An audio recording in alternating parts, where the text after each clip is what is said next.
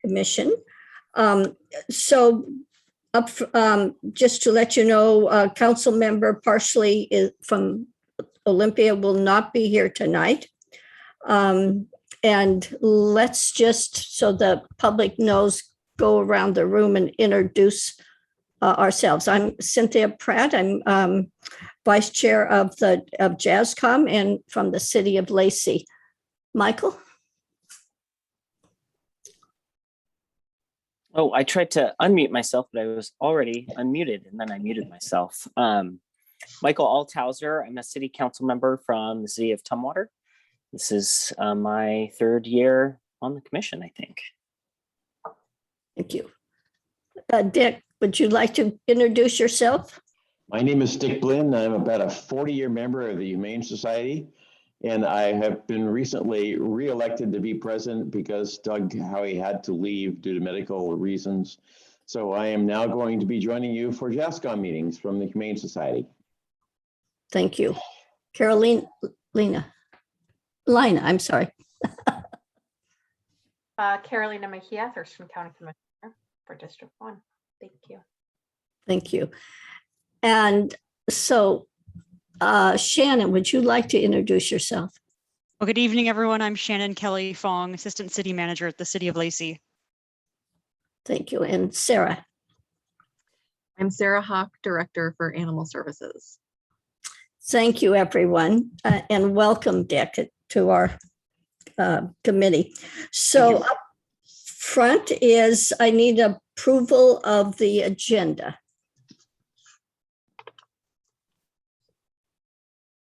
May I have a motion? So moved.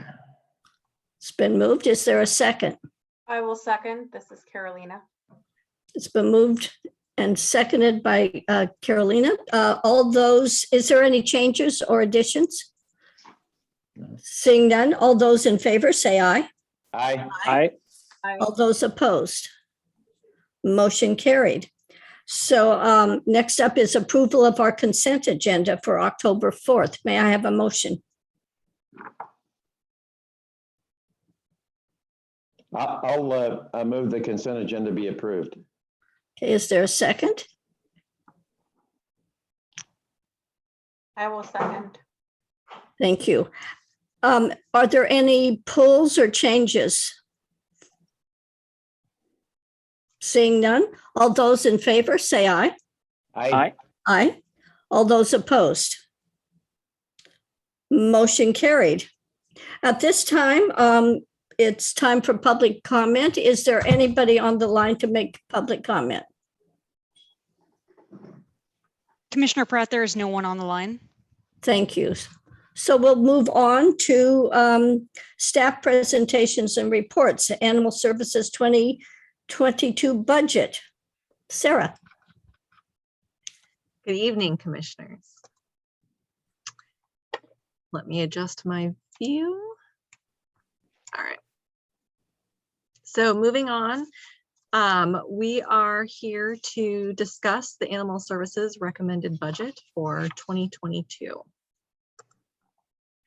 During this presentation, we will go over key accomplishments, significant trends, fund overview and budget summary for 2022, revenue and expenditures overview, capital facilities plan, full services budget overview for 2022, and recommended actions. Key accomplishments this year, we implemented the online licensing portal and new shelter software. We upgraded shelter technology, including new phone system, GovQA, and radios. Completed installation of the budget, housing the surgery suite and treatment area, and implemented new volunteer management software. We had a population increase of 2.47% in total populations across the board. Population has increased overall 3.23% since 2008. So our population does continue to be on the rise in all jurisdictions. Now you're going to see some drastic changes in our numbers. And this is because we're finally comparing 2020, so our first year of the pandemic, performing against other years. So as you can see, the trend, the last 5-year trend has been a decrease in animals coming into the shelter. But during the pandemic, with closures and rearranging how we had to process operations, you can see that there's a significant decrease to total overall intake. It decreased about 45%. And this is not only a average, but it is the average across the nation. The nation sits at about 40% of a total intake decrease in shelters across the country. Our adoptions and transfers, you can see about the same percentage drop. And again, that's due to the number of animals coming into the facility to begin with. But we still had a significant impact on positive outcomes for animals coming into the shelter. Field response has been on a steady decline since 2016 spike. We did see about a little over a 14% decrease during the pandemic, and that was due to the fact that we stopped calls for a while, and then we're only operating on emergency services, so priority 1. And so that did greatly reduce the number of field responses we had in 2020 because of the safety measures we put in due to the pandemic. Licensing sales. There has been a decrease with a slight bump in 2019. And as predicted, we did see a decrease of 11.5% in 2022. Given the entire circumstances of the pandemic, it's not as significant of a drop as I had originally expected. So that is a bonus in that. Along with implementation of the licensing, hopefully we'll see an increase back in 2022. Private contributions, we had a really great year in 2020, bringing in a total of $171,000 in private contributions and donations. That did include the $39,000 in the ASPCA NITSE grant that we received. Our net position overview for 2020. Again, this is for discussion points only, but looking over our net investment in capital assets, we're still maintaining high levels of restricted and unrestricted funds for both capital projects, vet care, equipment. We are sitting at two months of operating funds as designated by the board. As well as our recession resiliency fund is back to our 2-month. Contingency is empty. Remember, we did use that during the pandemic to reduce the assessments.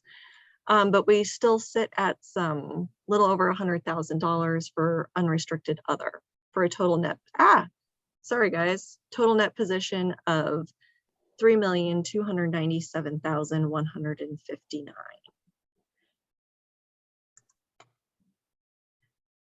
So our 2022 budget assumptions, we did assume a 2% cost of living and step increases for salaries. We are moving a customer service specialist position that was a 2-year term limited position to a full-time position. This does not have an impact on the budget. But we're wanting to make the change this year. Increase in revenues through donations and contracts, increased medical costs and expenses, capital improvements. We do need to replace the trash compactor this year. Expenses based on historical changes in actual costs. We're also using as historical base for facilities and fleet maintenance.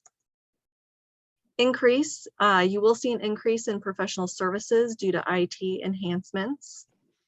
And you also noted, you will see a reduction of the reserves used to offset jurisdictional assessments as agreed upon last year to reduce over the next 4 years $70,000 each year until the jurisdictions are paying the true cost of service. And please note, I did take into, we wanted to take the JASCOM strategic priorities into account for the budget. So this budget does include monies for a feasibility study or a governance study. Remember, we talked about the availability of firms and which one, but if we can do both at the same time, that would be ideal. In-house spay-neuter surgeries, training for staff, and language access across the website. For revenue, estimated decrease in licensing due to 5-year trends. So this year we did project a decrease following those trends. Hopefully we will see an increase with promotion of licensing in the online licensing portal. We did project adoptions to decrease slightly, and that was based on 2020 and current adoption numbers. With intakes being lower, there's not the same number of animals to adopt. So the assumption is we will be continuing in that direction for a while.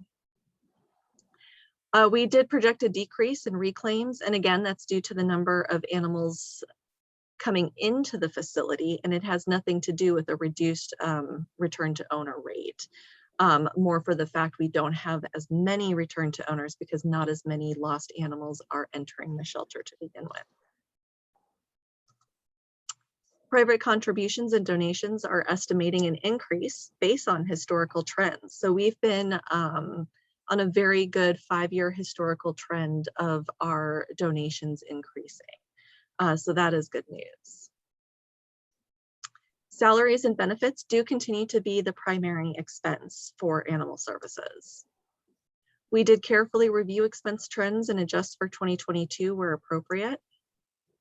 And we made sure to emphasize effective shelter operations, standards of care, efficiencies, and improved customer service. So some of our key capital expenditures for 2022, in capital improvements, we need to replace the trash compactor. There is equipment for an ergonomic assessment to help with ergonomics for the staff, as well as some shelter improvements. We did set aside $105,000 in professional services, not only for the board retreat, but the possibility of the feasibility or governance study. And we also set aside $25,000 in equipment purchases for field. So we are looking at a total of $200,000 from capital reserves in the fund balance. Our 2022 donation bequest funded expenses, also known as the grants portion of our budget. We are pulling from our restricted reserves that is set aside grant funds and vet services, $70,850.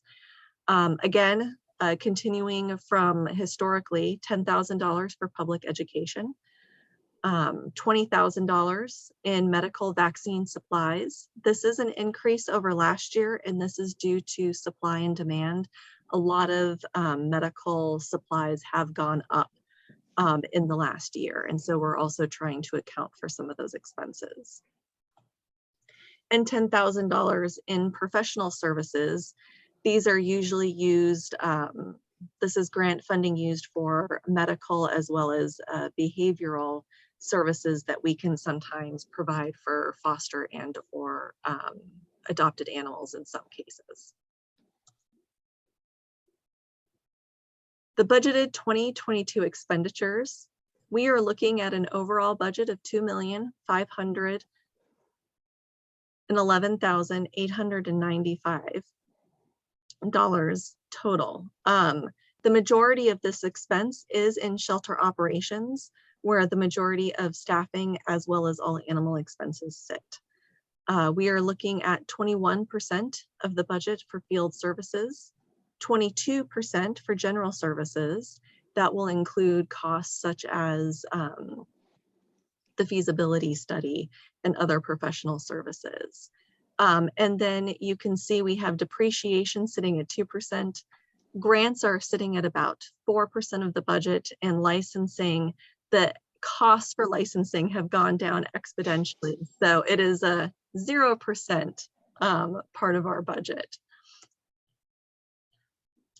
Overall revenue, again, broken out, the majority of our revenue, including jurisdictional assessments, is operating budget revenue, which is $1,833,997. We're estimating $121,000 in donations.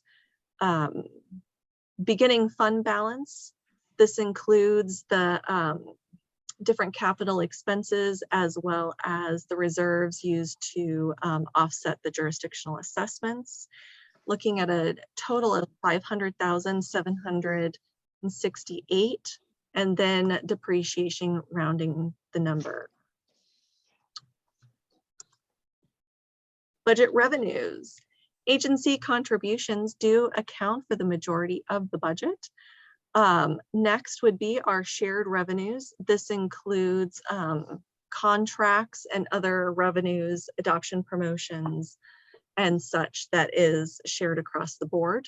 Adoptions account for a smaller portion of the budget, with licensing and donations coming in with a small chunk of the budget as well.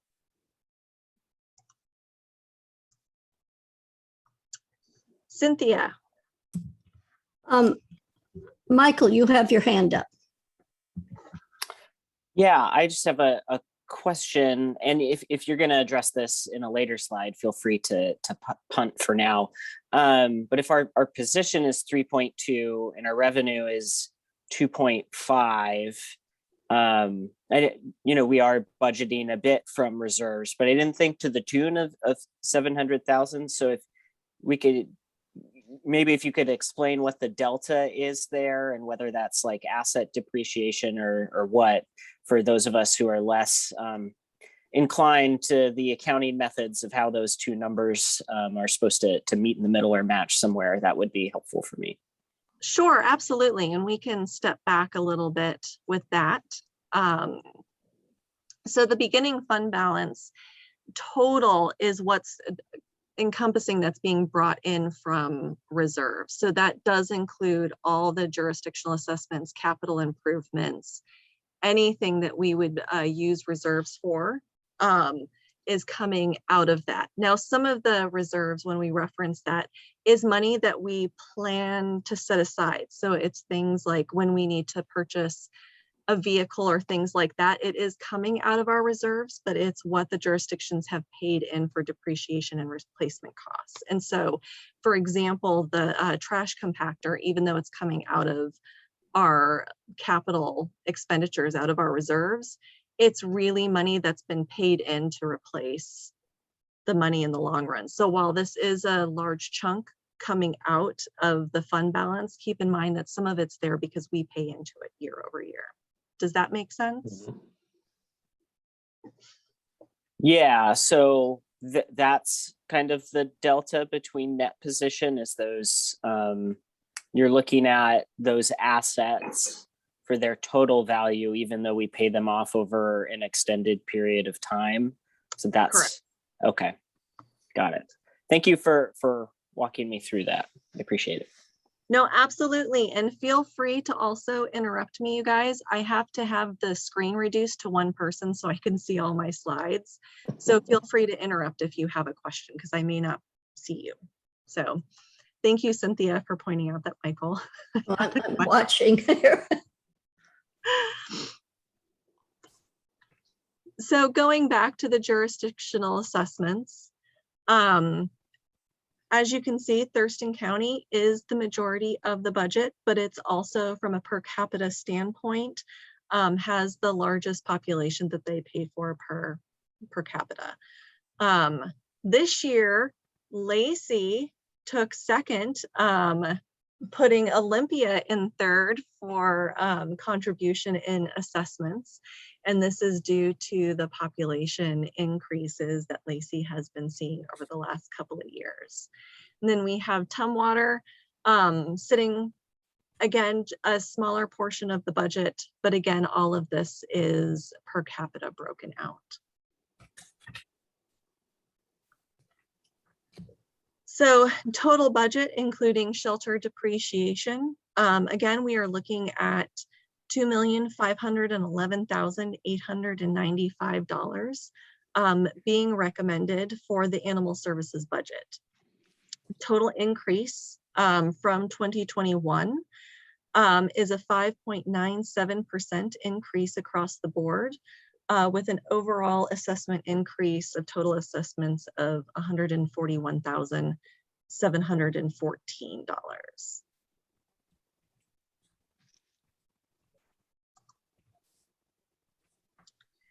Now looking at, we did want to touch a little bit on the fact, now I've presented on the budget with services, current services, and for services remaining the way they are today in 2020, with Thurston County being on a modified services.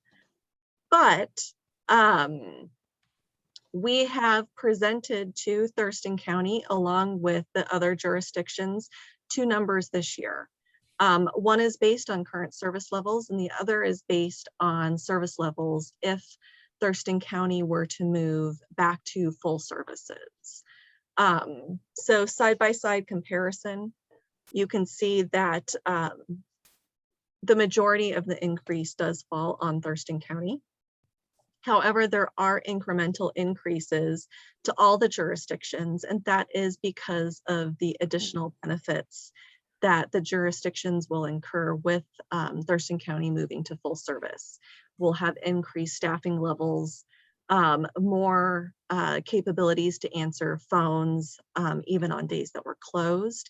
And most importantly, we will have enough staff to go back to on-call after hours for emergencies.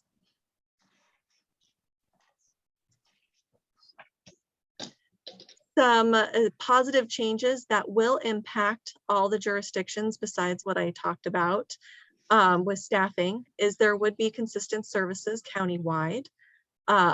We would be adding 2 additional field service officers, and we would also be moving our 3/4 time front desk person to a full-time position to help cover additional hours on the phones.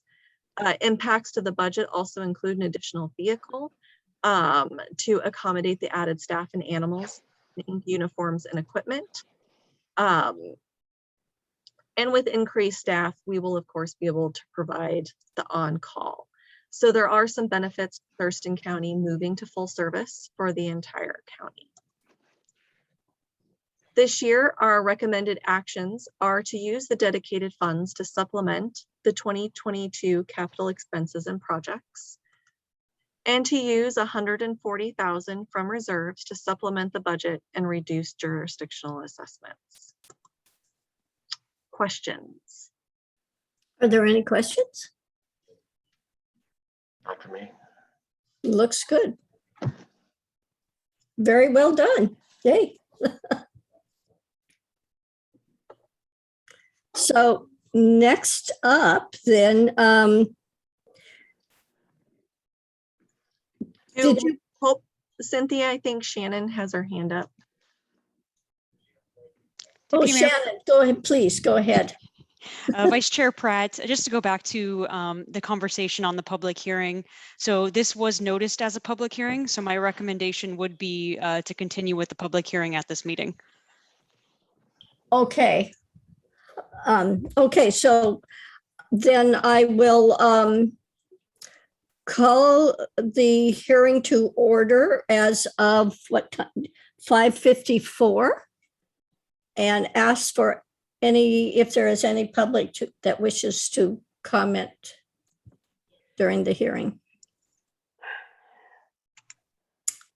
Seeing none, I'll close the hearing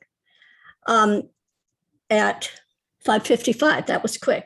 So my question, will this be again done next month? Second time. Okay. Yeah. So I would ask that be put in the agenda so it's clear. Michael, please. So we have basically 2 different versions of the budget. By next month's meeting, will we have direction on which of those will be the more viable or option, or the option that will appear before us in its final version? Will we know that by next month? I'm actually going to punt this question over to Commissioner Mejia. She might have a little more insight for us in that regard. Yes, okay. I didn't know I was going to do it at the end, but Sorry. no worries, Michael. So good news from Thurston County. We just did our preliminary budget, biennium budget, and JASCOM did get approved for full service for the next 2 years. The public hearing will be in December. Please come for public comment.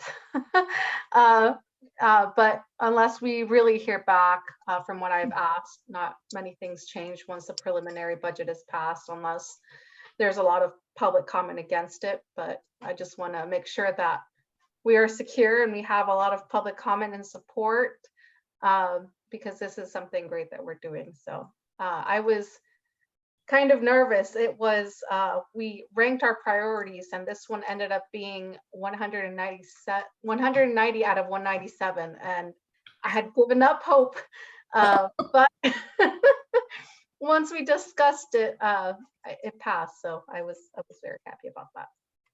So I have a question about that, because your hearing comes after our decision meeting. Will that be a problem to juggling that, because we won't know absolutely that you passed your budget?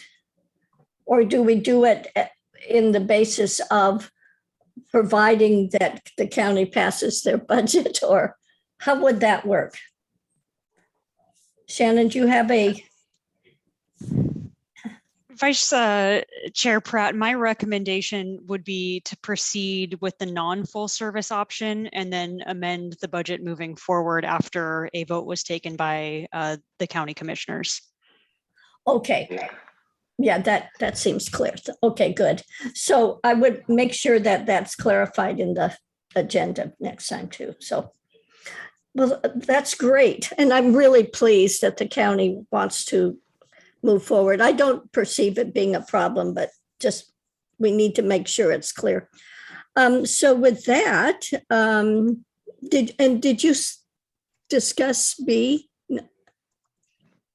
6B? Yes, you did, I assume. Yes.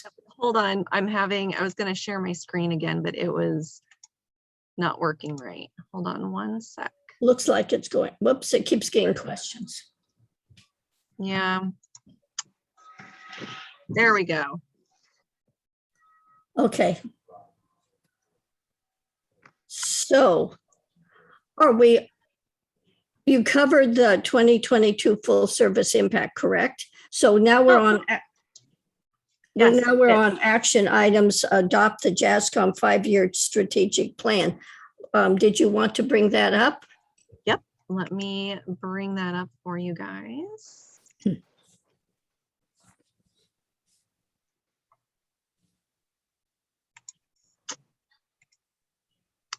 Hold on one second.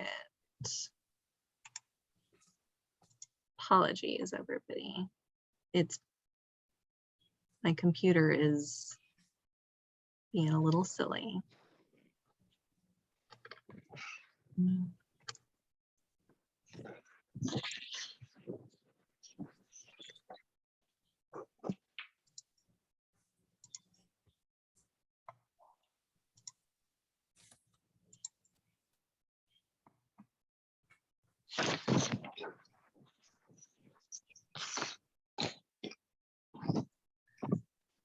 So I present to JASCOM for consideration the final version of the 5-year strategic plan that originated from the JASCOM retreat.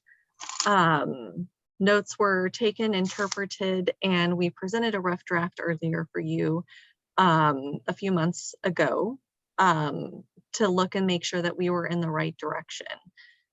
So what we are looking for at this meeting is for JASCOM to officially adopt the 5-year strategic plan. Okay, are there any questions before we have a motion? My only question is, Sarah, have you been in touch with the local private veterinary clinics to evaluate how they feel about reducing their share of spay neuters by 50% in the next 5 years? To be completely honest, to the veterinarians that we have talked to, would be thankful since they're bursting at the seams with business, so much so that they can't keep up. And when we can remove our shelter spay neuter surgeries off of their plates and bring our own spay neuter surgeries in-house, the veterinarians that we have spoken to are very excited that we're able to bring our medical in-house instead of being so dependent on them, especially with the waits needed currently to get in for any appointments. So we sit on animals for 3 to 6 weeks waiting for our animals to be spay and neutered before they're put up for adoption, or they're being adopted out and waiting for those spay neuter appointments. So the plan is for capacity for care to bring those surgeries in-house year over year, so we're not straining the veterinary community. Okay. One of the reasons I want to know is because we're in the process of developing our 2022 budget, and this will make a difference over the next few years. So appreciate that. Thank you. Great. So I need a motion. If there can I ask a question as well? Yes. Before we get there? Have we received any, so sort of to Dick's point, have we received any community feedback on this document? Obviously our retreat, I think, was televised in public, and this is a public document. Have we heard anything from any providers, community members, or anything along those lines regarding these goals or the strategies or the benchmarks to try to achieve those? No one has expressed any concerns. We are, after adoption, this will get posted on our website as well. Okay. Great. So is there any more questions? Seeing none, I need a motion to adopt JASCOM 5-year strategic plan. So moved. This is Carolina. It's been moved. Is there a second? This is Michael. I'll second it. Okay, it's been moved and seconded. Is there any more discussion? Seeing none, all those in favor of adopting JASCOM 5-year strategic plan, say aye. Aye. All those opposed, motion carried. So great, we have a plan. Yay. So next up then is the director's report. Right. So my director's report is actually very brief tonight. The main point that I wanted to bring up and remind everybody is we are moving forward with the RFP for the plumbing issues that we have been having here at the shelter. Speaking with the city, we should have a contract in place by the end of November. And so depending on what the cost is for repairs to the plumbing, we could be looking at bringing one last final budget amendment to the December meeting to amend the budget to pay for the plumbing costs. That is the main update that I have. Do you guys have any questions? Is there any questions? I don't see any. Then I will bring to my next point, which is our happy tales. So this was a sweet story that was posted on our social media. And I asked Shannon, Zoe's mom, if I could have a little bit more information and share it with you guys. And so her story is that they adopted Zoe from us, brought their other dog, Cooper, in. Cooper got to pick out who his new adopted sister was going to be. And since they've adopted Zoe, their grandkids moved in. She just absolutely adores them.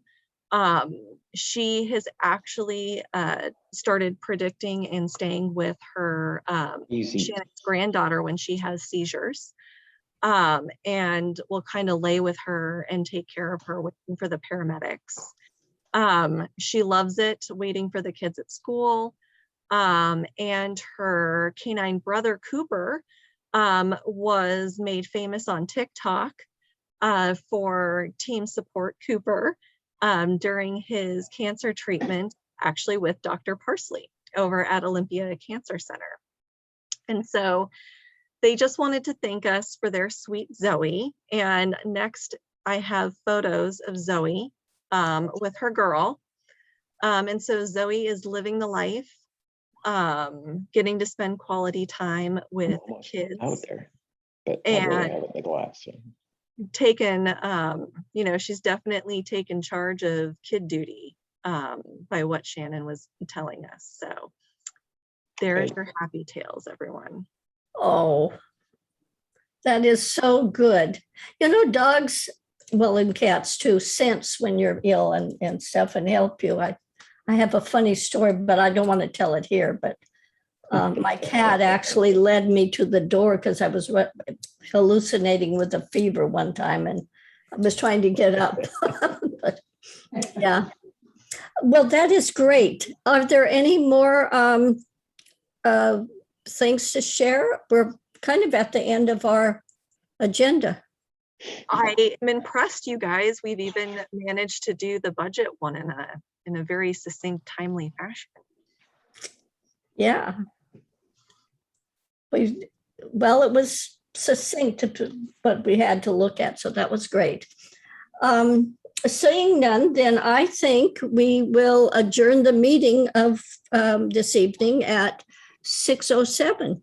Have a nice evening, everyone. Bye-bye. Thank you. Bye. Bye.